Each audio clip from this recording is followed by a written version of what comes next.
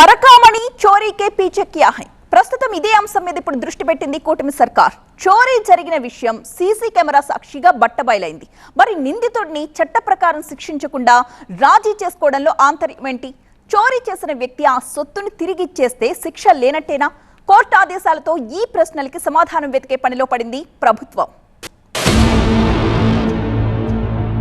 తిరుమల పరకామణి వ్యవహారాన్ని సీరియస్ గా తీసుకుంది ఏపీ ప్రభుత్వం. గత ప్రభుత్వం హయాంలో జరిగిన ఈ చోరీపై సిట్ విచారణకు ఆదేశిస్తామని మంత్రి నారా లోకేష్ స్పష్టం చేశారు. పరకామణి దొంగను అరెస్ట్ చేయకుండా గతంలో పార్టీ 1 సిఆర్పీసీ నోటీసులు ఇచ్చి పంపించేశారని ఆరోపించిన లోకేష్ పరకామణి చోరీ కేసులో వాస్తవాలు బయటకు రావాలని చిట్చాట్లో చెప్పారు. దేవుణ్ణి కూడా వదిలిపెట్టని దొంగలు తప్పించుకోలేరని సిట్ విచారణకు ఆదేశించి ఈ వ్యవహారంలో నిజానిజాలు తేలుస్తామని తేల్చి చెప్పారు.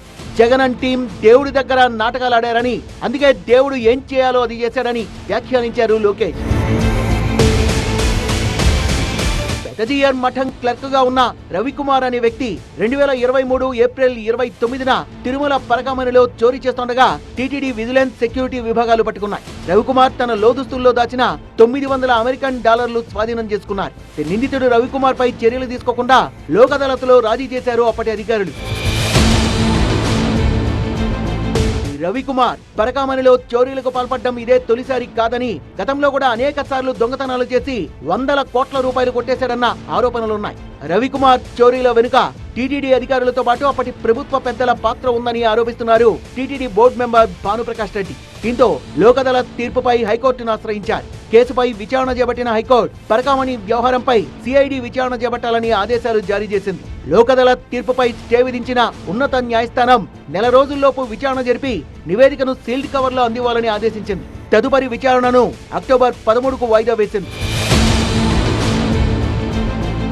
శ్రీవారి సొమ్మును దోచుకుంటూ అడ్డంగా దొరికిపోయిన వ్యక్తిపై చట్ట ప్రకారం చర్యలు తీసుకోకుండా రాజీ కుదుర్చుకోవడమేంటని ప్రశ్నిస్తున్నారు అధికార కూటమి నేతలు. రవికుమార్ వెనుక గత ప్రభుత్వ పెద్దలున్నారని భావిస్తోన్న ప్రభుత్వం సిట్ విచారణతో వారి బండారాన్ని బయటపెడతామని చెప్తోంది. మరోవైపు వైసీపీ నేతలు మాత్రం పరకామణిలో చోరీని బయటపెట్టి రవికుమార్ నుంచి కోట్ల రూపాయలు రికవరీ చేశామని చెప్తున్నారు.